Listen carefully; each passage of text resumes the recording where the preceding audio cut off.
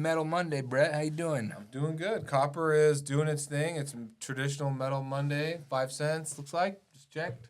Off Off 5. 5 cents. Well, off more than that on Friday. Yeah, too. Friday got whacked. I mean, we hit a 481, 482 peak. Yeah. Last week, right? Beginning of last week. Now we're in the 460 range. Low 460s. Natural adjustments. And honestly, I've said this many times, but like when you see these natural ebbs and flows in the market, it makes me feel better for the longevity of it. It makes me feel like we really could be living in a close to a $5 copper soon.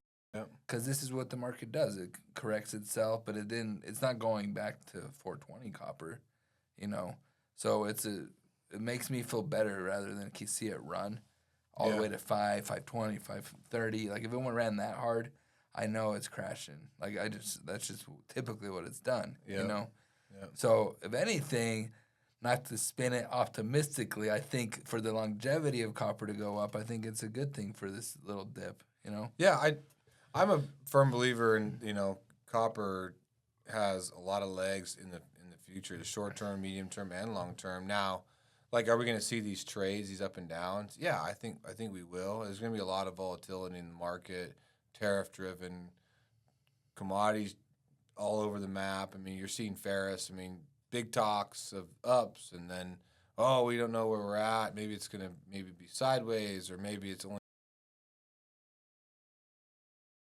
So that happened to you this month. Big ups coming, not you maybe, but just the market. Big ups. I think the for markets ferrous. in general, people were anticipating the ferrous markets to be up more than they were. I think now they still settled up. Some grades more than others. Mm-hmm. Some areas more than others. Depends if you're weather challenged or not. Some mills, have good lead times. They have, good, decent order books. So, they're going to be, a little bit hungrier, especially areas that the weather has been challenging. Now, what does that, amount to the rest of the year? I mean, we'll see. See if there is a big, strong spring push or not. I'm still fairly optimistic that April, doesn't just fall off the edge of the cliff either. So, I'm anxious to see how this rolls out. March is a good month to ship scrap. Hopefully the weather for us is a little bit better than it was in February. February was a challenge. It feels like spring's coming. It feels like the temps.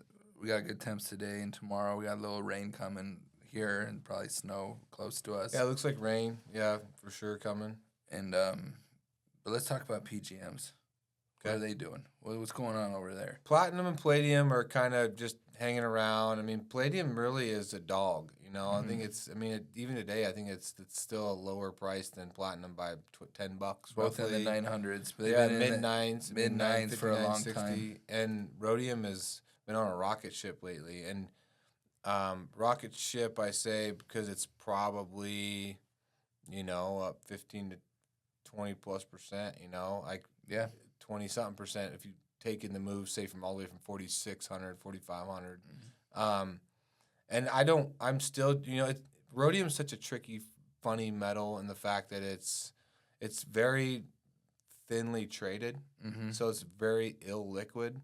So big moves can happen very quickly, both ways. We saw both. We saw it happen in 2020. I mean, you saw $2,000 up days, right? Yeah. And you saw $3,000 down days. And I mean, which $3,000 an ounce either direction is a lot. I mean, but you're talking $20-something thousand rhodium, right? But long story short, I mean, last week, towards the end of last week, it started out this morning strong again. I mean, rhodium there's something going on, and I don't know if it's just it's a squeeze. I don't know, if it's, I mean, a good majority, 80% of all rhodium that's exported comes out of South Africa. Yeah. And everybody that pays attention to the macroeconomic news sees that South Africa has its challenges right now, right? Mm-hmm. And the other majority percentage comes out of Russia. Mm-hmm. So, which everybody knows, there's that one's, that's a tricky trade right now as well, right? Well, so it could be very supply driven. And I think it's also going to have to do with this electric car mandate.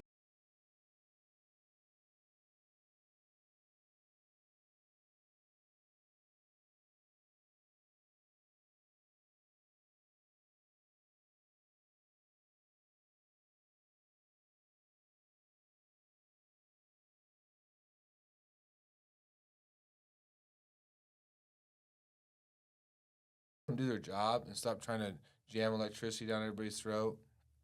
I think if that market's supposed to develop, it will. If it's not, it won't. Mm-hmm. But I think that was a big driver of driving the PGMs down. That and, there's definitely on the palladium side a little more supply.